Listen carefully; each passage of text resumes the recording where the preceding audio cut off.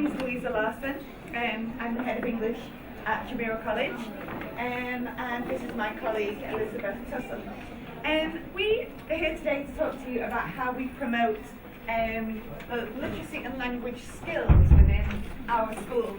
And we deliberately wrote that word skills in red because that's going to be today the very focus of what it is that we're going to talk about. So, of course, we teach language and literacy, but one of the key things that's been very, very important in the work we've been doing in the last 2 or 3 years is to try to move away from a knowledge-based curriculum where we're teaching the students to know things and trying to move them more to a much deeper and more cognitive level of ability, which is skills that they can take away from everyday lessons and take into the real world, into creating employable, interesting, engaging young people that we would all like to come in contact with on a day-to-day basis.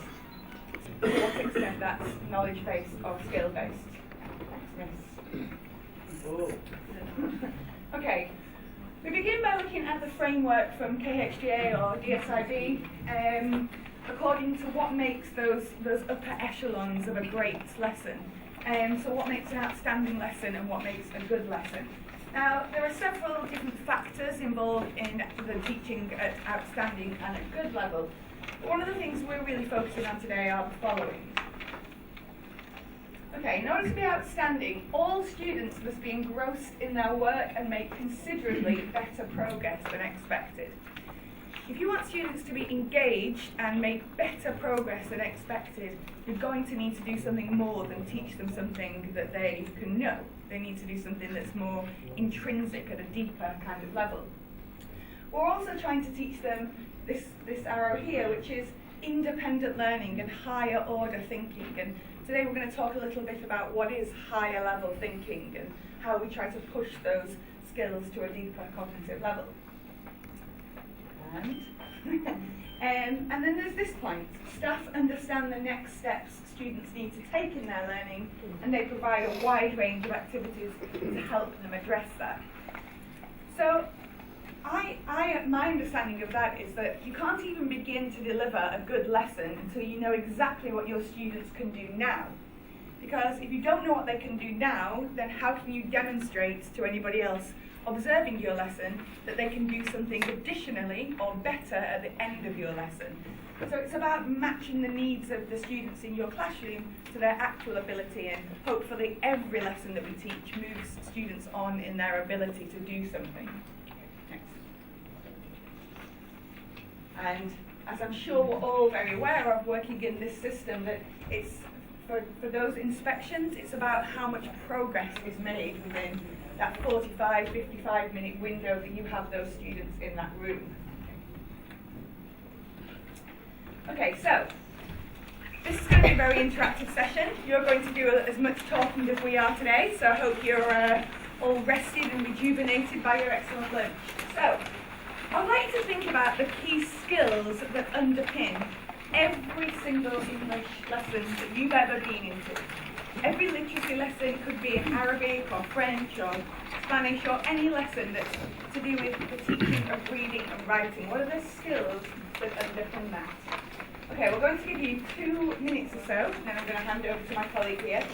So think about, you can jot down on your paper perhaps, some of the most important skills to do with reading and writing that you teach in your lessons every day.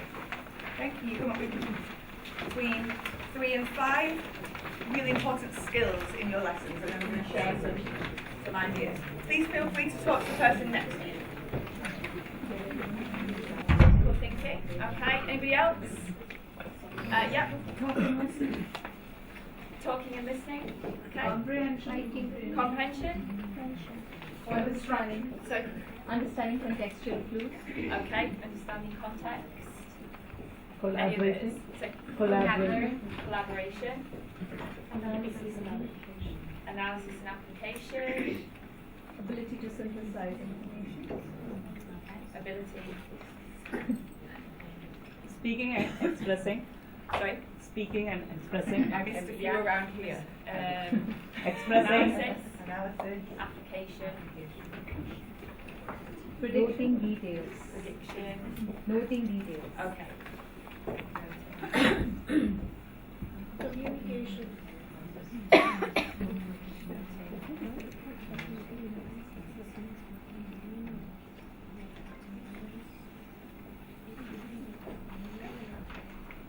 So some of the ideas that you have identified to be absolutely core to what we do as English teachers every day. We teach students to critically think, to develop beyond their questioning skills, and to think beyond a text or a topic, and to think beyond the level of the surface detail. We do teach them to note things down. We teach them to be efficient and effective and time efficient in that detail. We do a lot of this. One of my favourite quotes about literature is that reading and writing float on a sea of talk. That we do so much in the classroom with listening and talking that we hope that those develop into reading and writing skills, but also the actual skill involved in listening is something that I think, particularly in this day and age, that students often overlook. It's a really crucial detail to be able to understand how exactly to listen, and we saw an example of that with the debaters this morning in the opening ceremony, that it's really crucial that they can be able to build on what somebody else has said. We do teach them to comprehend not only the text in front of them, but the world we live in and its plethora of characters and opportunities. We teach them to analyse, certainly, to look for key details, that salient detail that's going to prove their point. Yes, to understand contexts, the contexts in which texts are produced, to collaborate and to work collaboratively. Hopefully something that we're demonstrating here is the importance of collaboration in any English classroom. To synthesise different points of information from different sources, and to be able to apply it, to be able to take different contexts and different pieces of information and to be able to apply it to real situations. And crucially, to be able to communicate in writing, reading, speaking, in all of those different ways that we think about that. But of course, in the modern world that we live in, students, it was very, very interesting to hear that debate this morning about whether literature is dead or not, because whether technology is killing it. Because one of the things I find so strange about the school system as we know it, where students are examined, is that in the real world, would we ever solve anything with a pencil in isolation and a piece of paper by ourselves? You know, sit there for 2 hours, don't speak to anybody, but we want you to solve this problem. That the school system as we know it is actually quite at odds with the world that we live in, where you would speak to somebody else in order to develop something. You would build on the ideas of others. You'd go to the internet. You'd find different ways. So one of the things that we've been working on in my English department is to think about the skills that really underpin whatever we're doing in English, and to try to make those relevant to workplaces and to all of their other subjects within school. That they could, English and their literacy is really the bedrock of all of their other subjects. So some of them are team working and communicating and critical thinking and handling information, which this slide came from a PowerPoint about the kind of things that employers wanted to see in the workplace, transferable skills. And you'll already start to notice the huge similarity between what an employer is looking for and the things that we identified without prompting as what we teach every day in our English lessons. We teach them to teamwork, to communicate, to handle information. Okay, thanks. Okay, I want us to think completely outside of the box of schools. Schools are incredibly institutional places where we're all taught to be rule followers all the time. This is what your senior leadership tell you, this is what KHDA and DSIB tell us, this is what the exam board tell us. They're particularly scary. So let's think really, really ideologically about the reasons that we all came into teaching for a moment. We didn't come into teaching to think about what the inspector wanted, or what the exam board wanted, or really what league tables or parents wanted. We came into teaching, I would say, I don't know if I'm wrong, but for kids and for students, and to teach them something, and to hopefully produce a product that was something that we'd like to meet in the shopping mall, or when someone was serving us in a restaurant, or someone you were having a chat with on a bus one day. So, again with the person next to you, let's be as idealistic as possible. Let's think about the ideal student that we would want to take it to be leaving our schools every day. What would we want those students to be able to do? What would they be like? What would their qualities be? Okay? So again, be as imaginative and creative as you can. Speak to the person next to you that generates some ideas.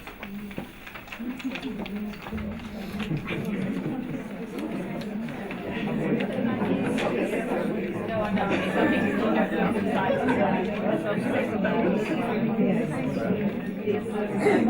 Curriculum. So if we imagine, there we have, good man is about to graduate from his Academy. He's had 11 years of compulsory English.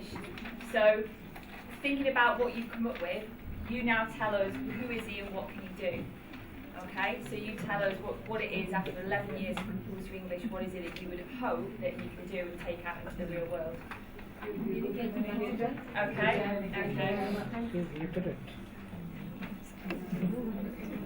Maybe I can take some more for you. Do you have any more answers? He would be confident. Okay. What else? Think for themselves. Okay. Yeah. Sensitive. Go ahead. Sensitive human being. Sensitive, sorry. Have empathy. Good. Yeah. Empathy. Yeah. Self-motivated. Sensitivity, empathy. Proactive. Self-motivated. Proactive global citizen. Sorry, can we just give Liz a minute? I'm getting there. She is all of these things, but she's not Superwoman. Okay, sorry, self-motivated, sensitive. Self-motivated, oh, we've got that one. Critical thinking. Love for literature and language. Yeah. Love of literature and language. Oh, let's hope. In an ideal situation. To be a constant learner. Good, lifelong learner, constant lifelong learner. Enjoy the work they do. Good, yeah, that's a nice one, isn't it, to enjoy the work that they do. Creative. Good, creative, thank you. Take risks. Good, risk taker, nice. Decision maker. Decision maker, curious. Listen. Listener. Yes. Problem solver. Problem solver.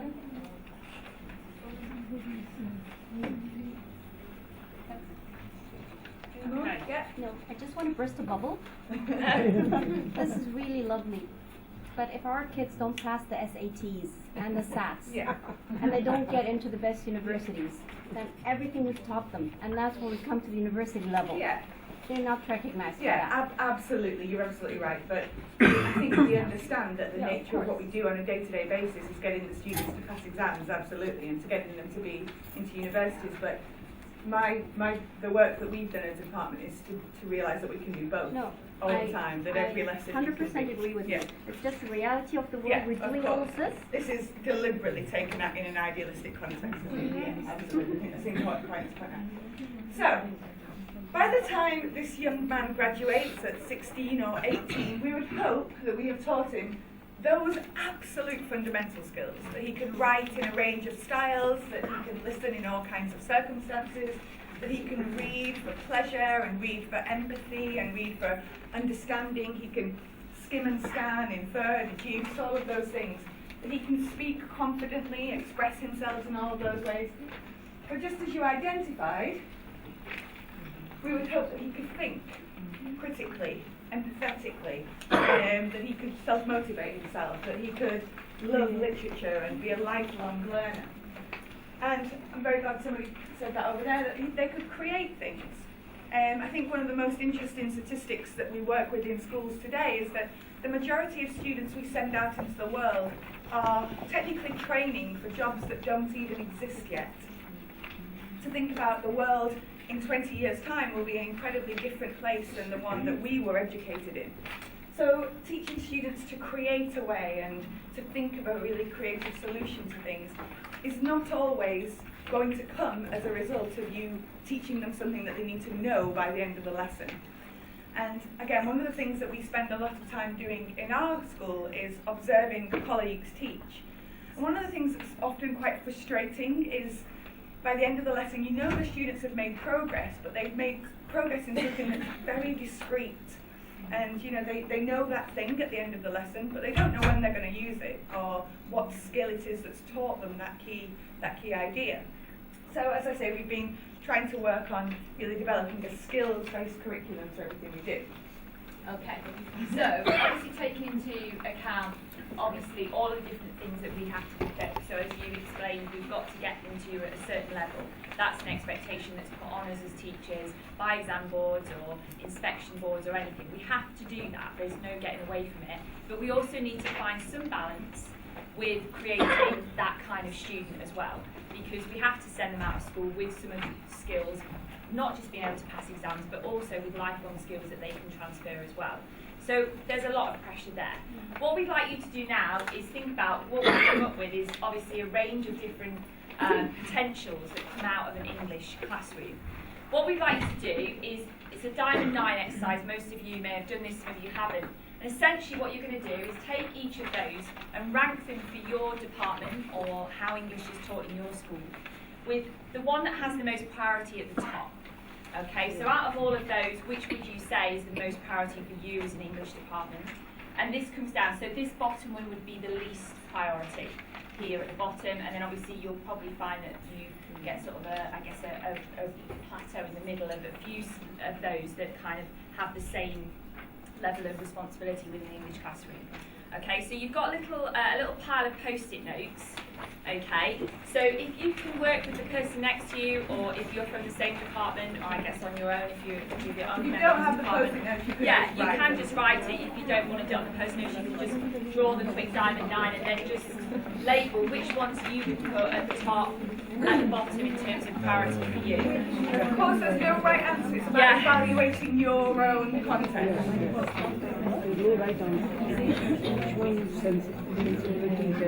Start to get some feedback, just about it not quite finished, but what we'll do is we'll start with the least, so what you feel is that has the least priority out of all of those potential. Gain of employment. Okay?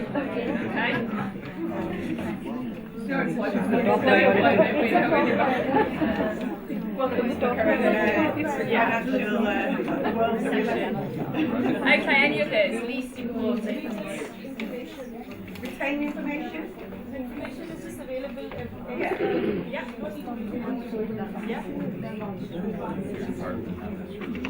Any other that are least important? Past exams? I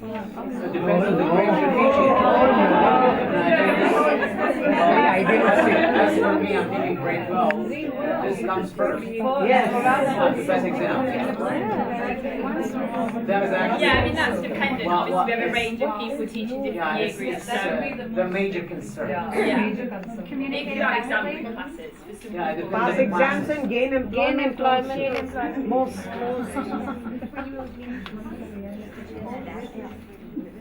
That's being very. Okay, we got any that are in the middle? Let's just look at the middle and then we'll come to the most important. Any that people felt were in the middle? Adaptive. Okay. As in the middle? Ask questions. Okay. Ask questions.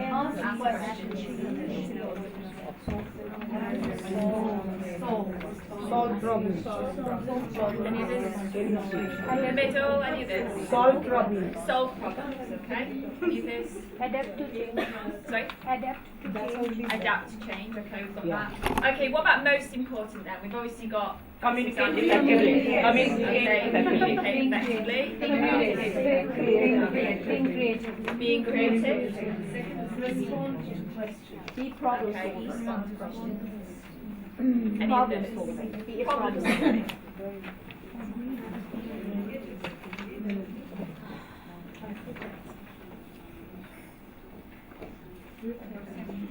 No, we deliberately made that quite controversial, and when I was writing these, I deliberately put gain employment in past exams in there, hoping that would prompt some kind of debate, because I'm the head of English and I am totally accountable for the English results in my department. I make my teachers in my department accountable for their results. The principal of my school makes me accountable, I make the parents make us accountable. The SIB makes us accountable. Essentially, we are always accountable for their employability and their success in the exam criteria. But I would argue, and I have been arguing my little Jumeirah College, that the idea of employability and passing exams is integrally bound up in thinking creatively. And if you can solve a problem and you can respond to questions, then you are probably already an expert exam taker and already more employable. Last year, as part of the literature festival that was travelling around Dubai in March, we were fortunate enough to attend a session by a very, very notable philosopher who was talking about the idea that he'd been sat at dinner one evening with a guy who ran one of the Fortune 500 companies. He wasn't explicit, but he was talking about how he'd been at dinner with this incredibly important man in commerce, and how the guy every year employed hundreds of thousands of people in his companies. And one of the things he particularly looked for was students with humanities degrees, because what those humanities degrees had taught them was how to ask questions, and not to answer questions or respond to questions, but how to ask the right kind of questions in order to get into departments, get into problems, and say, why isn't this working? Why is it not particularly effective? What do we need to do in order to make this more successful? And those kind of people automatically gain employment because they think in a different way, they think creatively. So I think if we're constantly keeping our students like pegged down in this constant rhetoric of how we pass the exam and how that's going to look on your UCAS reference or on your application for university, then we automatically limit them to being less successful, ironically, within those markets. That if we try to remove some of those hurdles, that actually they become more successful in passing through the hurdles, ironically. And we kind of expected those to be both in the bottom and the top because they are so integral to the debate of what goes on in schools. And of course here, adapt to change is something that's particularly important in our current employment market, and we are regularly seeing the world changing in a way that perhaps wasn't in the past. To ask questions, to solve problems, they probably go hand in hand together, don't they? So we don't claim today to have the answers for you, but hopefully what we're trying to do is stimulate some consideration about what it is that you do every day in your classroom. This is all, of course, based, I'm sure you don't want to teach my grandmother to suck eggs, I'm sure you're all quite aware of this, but this is all very much based on the theory of Harold Bloom and his taxonomy for thinking that is very much to do with the idea that everything we learn, everything we can do is based on a bedrock of knowledge, but that what we want our students to be able to do in the world of work and in society at large, and hopefully in schools, is to move up that triangle, away from knowledge and into a more ability to comprehend and apply and analyse and synthesise. And it's great to see that those are the skills that you identify to be the key ones for your students.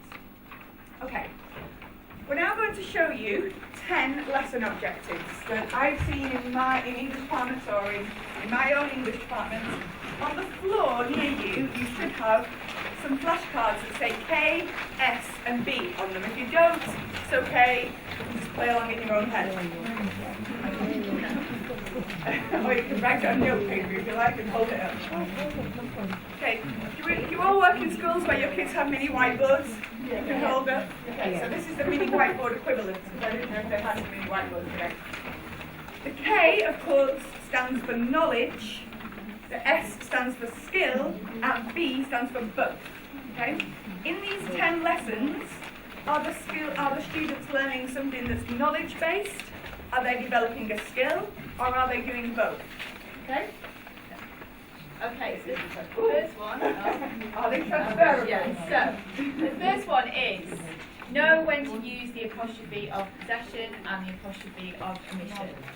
Just show K's, S, B's. Let's see them. Show which one you think it is. Okay, very good. Okay, alright, so what we have there. Both. Okay. Let's imagine this is a trainee teacher.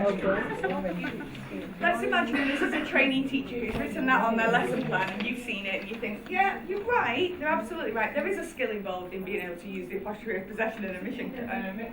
But sometimes it's the way the lesson objective is written.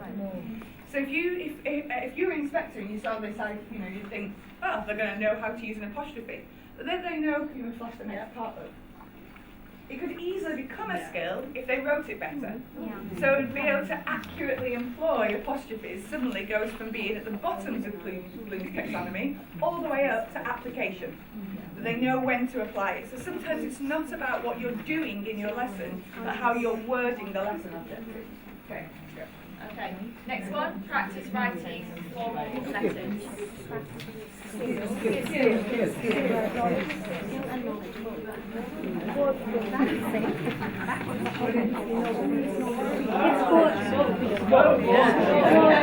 Alright, again then, so obviously with that, there is a particular knowledge to that, but if you change it to actually being able to write an appropriate style to an audience purpose, then you've changed it to a skill. Because you aren't just focusing on one type of writing, you're actually covering then, and their knowledge and their skills are actually that they can apply that to many different types of writing. So persuade, explain, describe, all the different styles of writing that most examples expect you to cover. Yeah? Okay, next one. Is that reading the opening of Romeo and Juliet, or reading the opening of any English story text? Are they using knowledge, skills, or both? Yeah. Again, it totally depends on what you're asking them to do with the reading, doesn't it? So, at the end of that, if you saw that on someone's lesson plan, at the end of that lesson, they could just know the opening of Romeo and Juliet. They could just know what the story is about. But a better writing of that learning objective would be to think about, are they reading it for meaning, so they understand the meaning of the story? Are they reading it to empathise with the characters in order to be able to develop some emotional intelligence? Are they trying to understand the writer's craft, Shakespeare's use of iambic pentameter, the contextual significance of the play? What is it that they're reading it for? Because the notion of reading, that's a terrible learning objective, to say you are going to read the opening of this play or text, or what is it that the purpose of their reading is. Now, as a student, over the course of their 11 years of compulsory education, if we can teach them that they have been empathising for many years, they have been synthesising, they have been understanding contexts, they have been understanding how writers use language, form and structure in order to develop structure within their plays. It's about making the skills specific, so the student walks out of the lesson going, yeah, I can empathise. I'm an expert empathiser. Okay, next one. Excuse me, just a moment here. What about reading for gist or skimming or scanning? Yeah, that's reading for information, isn't reading. it? I mean here, what you were talking about. Can't it be to read for gist? Yeah, to get so the main idea? often if you're using a non-fiction text, they will just be skimming and scanning in order to find some key information to write a report from, or the next step can be to read for specific. Exactly. So just to identify what it is that they're reading, for what And then purpose comes they're reading extensive the information. reading. Yeah. Extensive reading, and they had to read for details. Yeah. So they might be reading just for enjoyment. They might be reading to understand the story. They might, but do you not agree that in your context that there's always a real reason why they're reading something? They're not It has just to be reading really something. explicit in the learning objective, exactly what they're actually reading for, rather than just You see, and that's what we're talking about, making that link between what students do integrally to what they're doing explicitly. Yeah? Okay. So, to read a poem and to be able to empathise with the reader's feelings, skills. Okay, because we're putting ourselves in someone's shoes, imagining how they see the world. Okay. Putting yourself in the role of Shakespeare, justify your word choices when creating the character of. Okay. Yes. Okay. So what we've done here is actually put some of the skill words that you could actually use in that learning objective. So rather than just having it, read this and tell me this, you can actually say, I want you to direct it, I want you to evaluate it, because then you're actually doing something with the reading, rather than just telling them to read. Because if you just tell students to read, that's what they'll understand they've done. Whereas if you actually focus on a particular skill word, that is what they'll come away knowing that they've done. And that is a transferable skill, not only in English, but into other subjects as well. Okay, we can skip through those Yeah. last ones. Obviously there's some more Yeah, here that you might want to. There's quite a few, yeah. Okay. Okay, so we've just already talked about there some of the lessons that could go on in your English department. I know there are 10 members of my English department, and on a day-to-day basis those are the kind of things that we're teaching. But what we have tried to do is constantly, in all of our schemes of work, in all of our lesson objectives, try to bear in mind that ideological student that we created 20 minutes ago. What do we want him to be able to do? And we're not just training him to pass exams or training him to be employable, which can so easily bog us down in what we're doing on a minute-to-minute, day-to-day basis. But we're trying to build in constantly lesson objectives that are thinking about critical ideas and solving problems and asking key questions. Yeah. Okay. What we developed in my school was like a grid of words. So this is a kind of key takeaway, and I think it's sometimes really useful to come back to on every day when you're writing your lesson plans for the next day or thinking about your schemes of work. To use all of these different words that say the same thing, or say specifically different things about reading. So when you're reading, sometimes you're reading to identify, sometimes you're reading to explore, sometimes you're reading to analyse. When you're speaking, sometimes you're debating or considering. Sometimes we're writing for accuracy or expression. Sometimes we're trying to develop their independence. Sometimes we're trying to teach them to infer or deduce or assert. So moving away from the constant learning objective that says, I want my students to be able to understand that, or to be able to.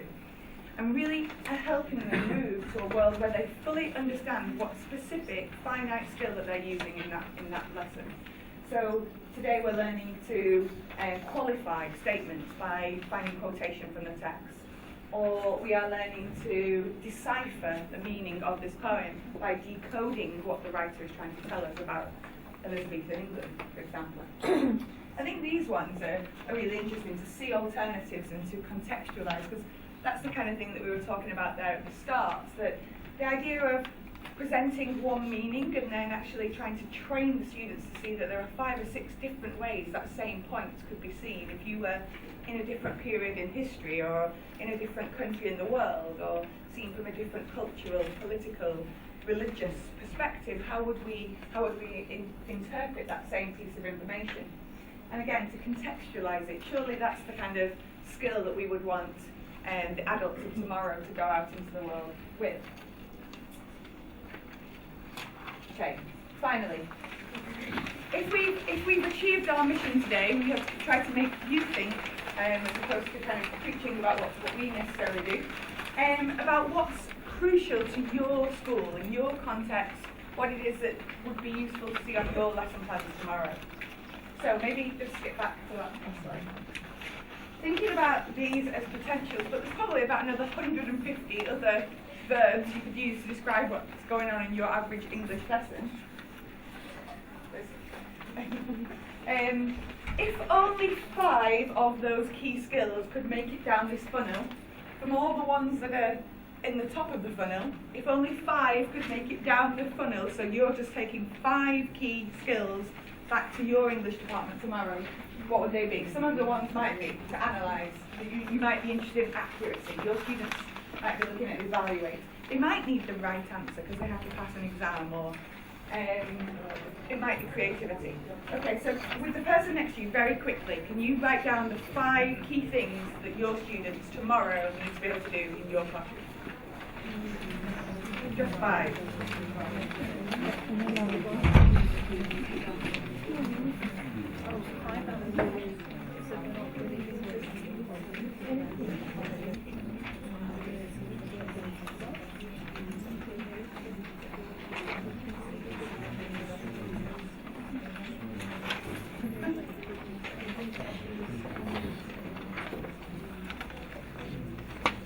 Does everybody have time to generate your 5? I wish I could come to your school tomorrow and see if there's 5 make it onto your lesson plan. When I was preparing this presentation, I kind of got this as a metaphor. I don't know why the boy in question got such a small head. That was accidental. But we are preparing students to have a big key to a big lock, basically. We don't know what that lock entails. We don't know what they're ever going to need to unlock, because that world doesn't exist yet. But our jobs, I would say, is to prepare them to have a really big key, to have a whole bag of tricks in all of the skills that you teach them every day in English that can unlock that exam paper, that interview for that job, or whether it's being really, really interesting at dinner parties. But one way or another, we need to teach them something more than passing the exam. And the metaphor of the guy with the big lock and the big key and the small head is what we're going to leave you with. It's a key to success. So, hopefully. If there are any questions? Can we say this Do you want to say them? It's kind of more really for you, but you can tell me if you like we're out of time.